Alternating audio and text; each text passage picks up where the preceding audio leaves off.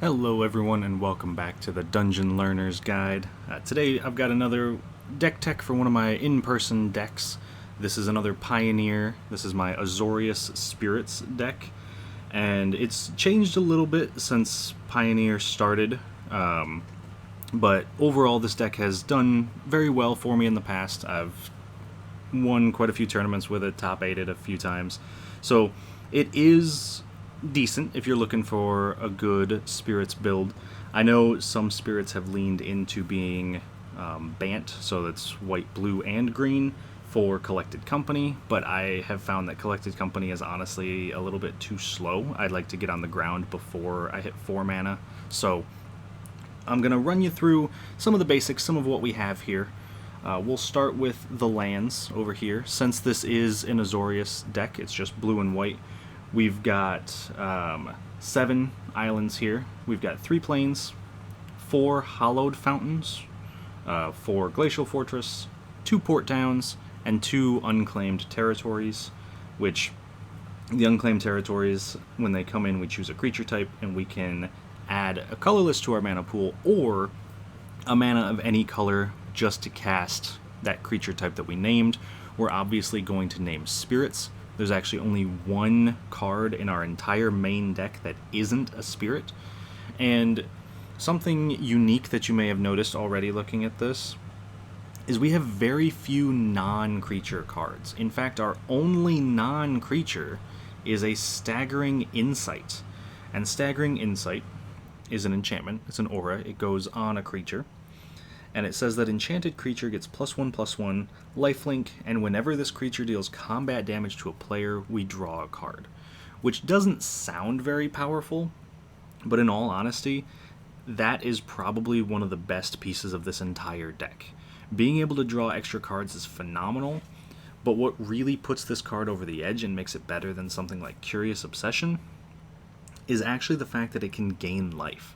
Being able to put this on a massive spirit and get in and gain, 3, 4, 5 life every turn pushes us well out of the range of a lot of the burn decks in the format, pushes us out of the range of any other aggressive, like mono-green style strategies. So Staggering Insight is definitely an all-star in this deck. Other than that, though, the rest of our deck is full of creatures. And so what I'm going to do is we're going to start at the bottom of our curve, and we're going to work our way up. Now, again, you may have noticed looking at this deck, we only have 1, 2, and 3 mana spells. We don't go above 3 mana. We try to stay under that, which is what lets us run a smaller number of lands than the average deck. But to start at the bottom of our curve, our creatures that cost 1 mana. The first thing we have is Spectral Sailor. Spectral Sailor here is a 1 mana 1/1 spirit pirate with flash and flying, and you can pay 4 mana to draw a card. Now, the paying 4 mana to draw a card is not always relevant, but it is nice in the late game. If we're running out of cards, we can kind of refill our hand. But the important part is that it's a 1 mana spirit that flies. So we can play that on turn 1, we can get our aggressive strategy going super early, and our opponents might not even know to react to it, because we can flash it in at the end of our opponent's turn, so they don't even have time to prepare for it coming down and then hitting them the next turn. Our other 1-drop is also an all-star in here. We have Mausoleum Wanderer. Mausoleum Wanderer is a 1 mana 1/1 spirit with flying, and it says whenever another spirit enters the battlefield under our control, Mausoleum Wanderer gets +1/+1 until end of turn. We can also sacrifice Mausoleum Wanderer and counter target instant or sorcery spell unless its controller pays X, where X is Mausoleum Wanderer's power. And having that basically counterspell be on the board is not only something that is relevant for us because we can counter things that are coming down, but it also tends to scare your opponents away from casting their spells if they know we can counter them.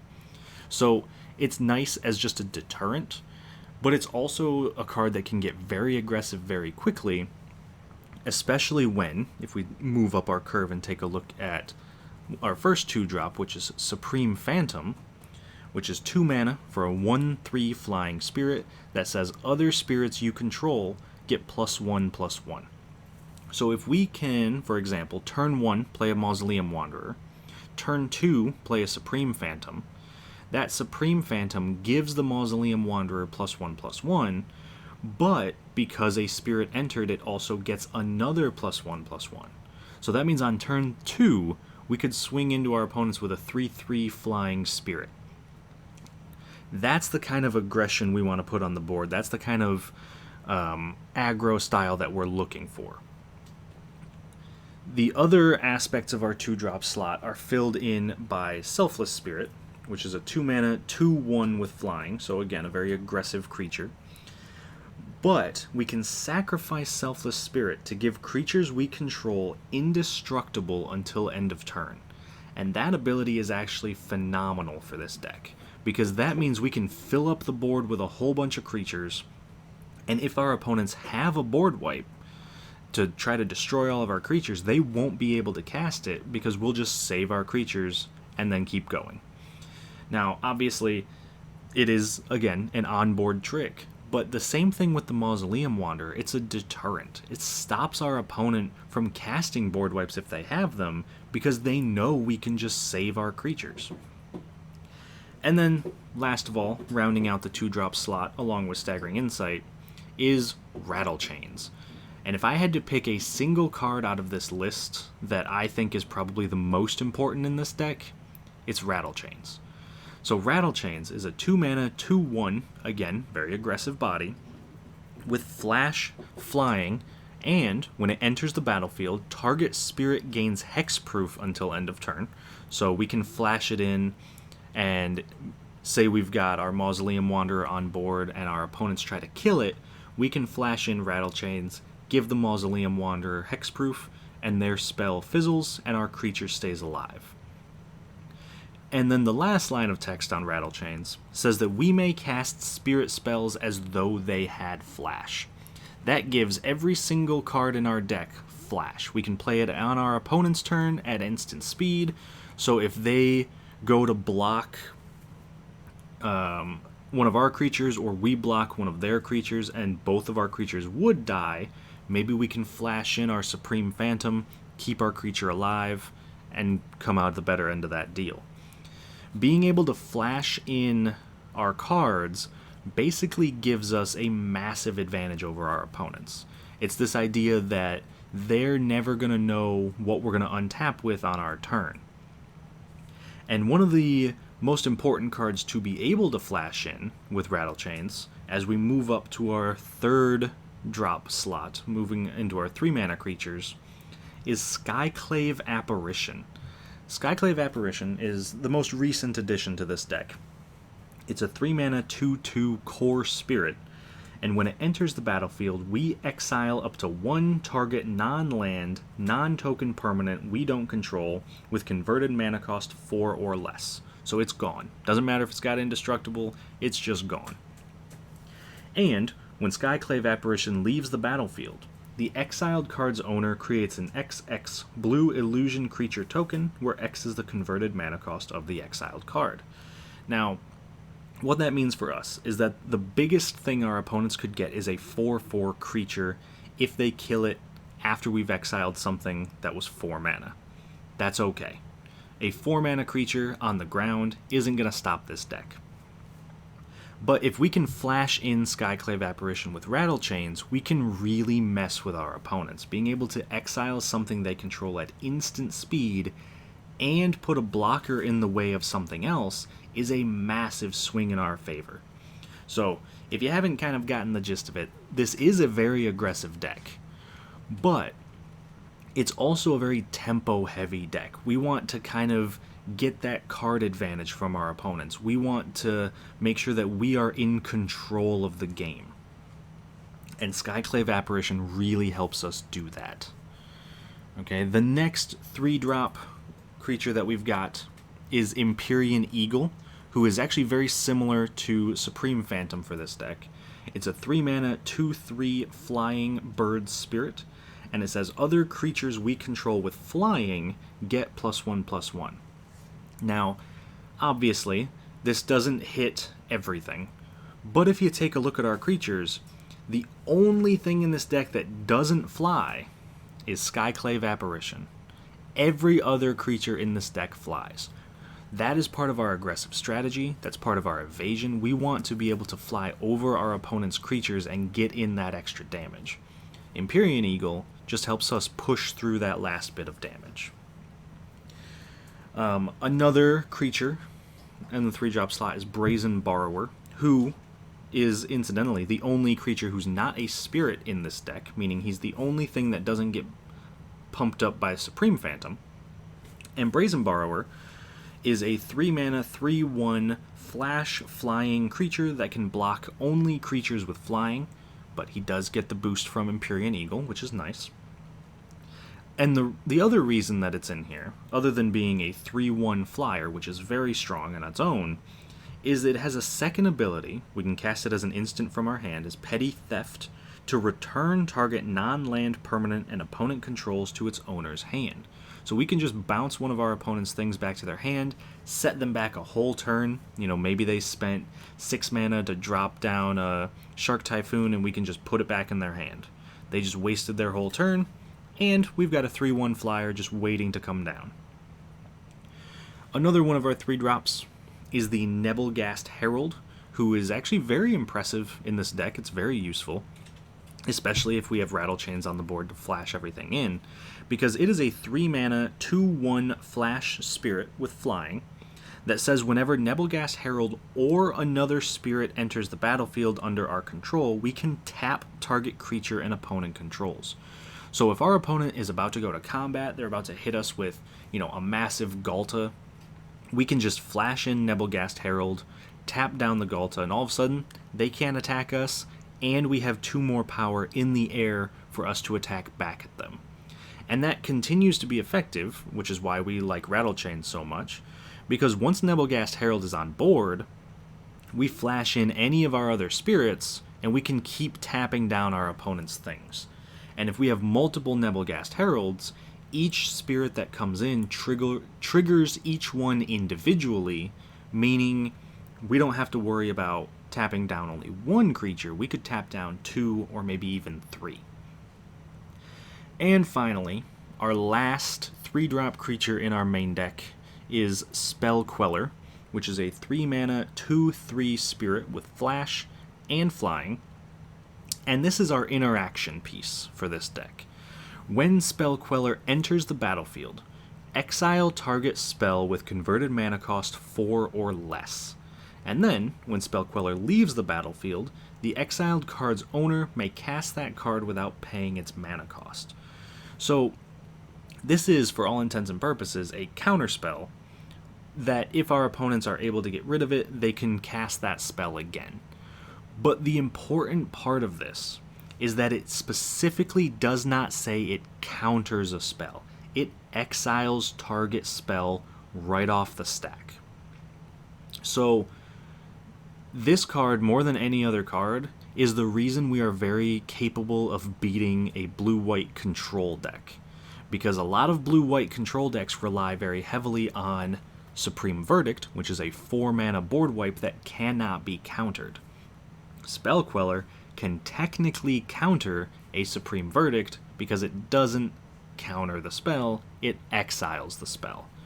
So Spell Queller is great for more of the tempo, but because it's a 2/3, it's got a big body, it's able to survive a lot. We're able to exile our opponent's best thing before it comes down, counter it, get it out of there, and then when we untap, we have an extra 2/3 flying spirit who may have gotten a little bit bigger because of our Supreme Phantom or our Empyrean Eagles, and we're able to push through any last damage that we need to. So this is the Azorius Spirits Pioneer deck, well, the main deck at least. What we're going to do now is take a look at the sideboard, which is right here.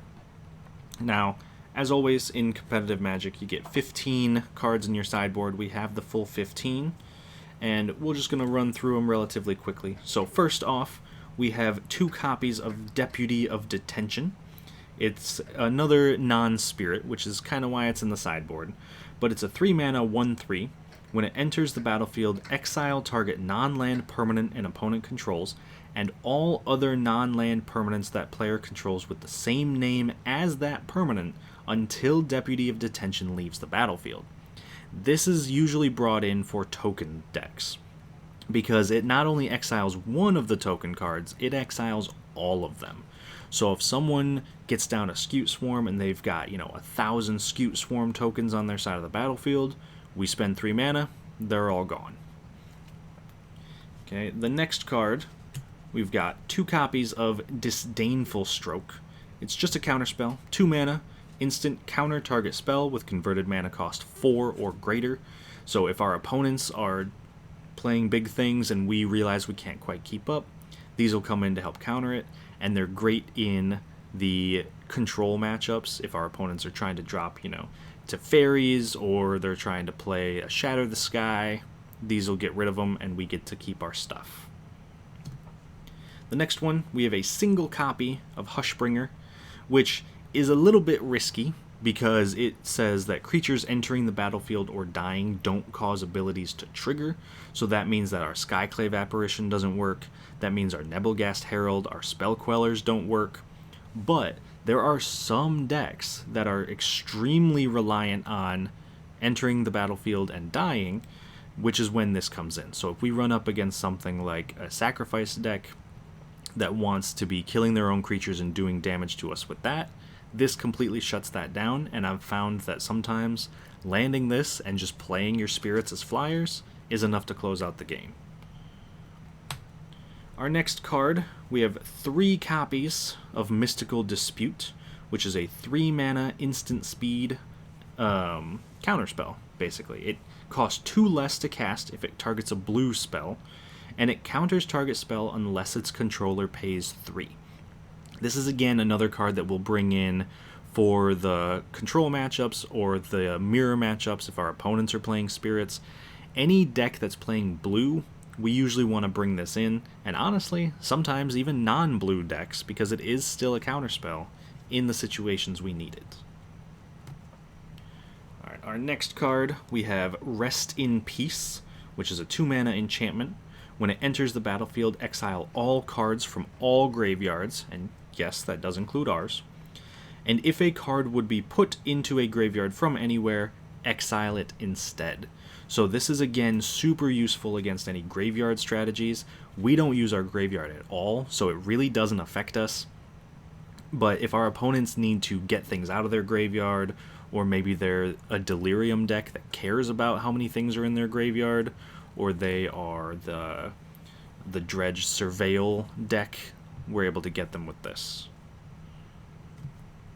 Next, we have 2 copies of Settle the Wreckage. This is again for both the mirror if we're playing against another Spirits deck, or if we are playing against very aggressive style decks. If our opponent attacks into us, we can exile all attacking creatures target player controls, and that player may search their library for that many basic lands and put them onto the battlefield tapped. Yeah, it kind of sucks that we have to give them basic lands, but in the long run, I would rather them have 7 basic lands than hit us for 50 damage. Next, we have the other 2 Skyclave Apparitions. These are in here just in case we need a little bit more removal. We can bring these in the second game in case our opponent has, much more aggressive strategies or things that we just need to kill. We have some extra copies. And last, this is my personal favorite because it actually hoses a lot of decks in Pioneer right now. Solemnity, 3 mana enchantment. Players can't get counters, so if your opponents are on an energy style list, no counters for them. And counters can't be put on artifacts, creatures, enchantments, or lands. So the Blast Zone that could be used to wipe our board doesn't work. The Crawling Barrens that is sometimes used to close out games for control decks doesn't work. Creatures can't get it. That means Walking Ballista cannot have any counters on it. Hangerback Walker can't have any counters on it. The Winding Constrictor decks almost always just lose to this card. So it's only a one-of because it is a little expensive. 3 mana is not the greatest, but that is our Azorius Pioneer Spirit deck. I hope you guys enjoyed it. This is, like I said, my own personal deck. But if you guys have any suggestions of ways you think we can improve it, or if you have questions about the deck itself, please do let me know. I would be more than happy to talk about it. But if you have comments, please put them down below. Please like the video for me, and I will see you all on the other side of the Dungeon Learner's Guide.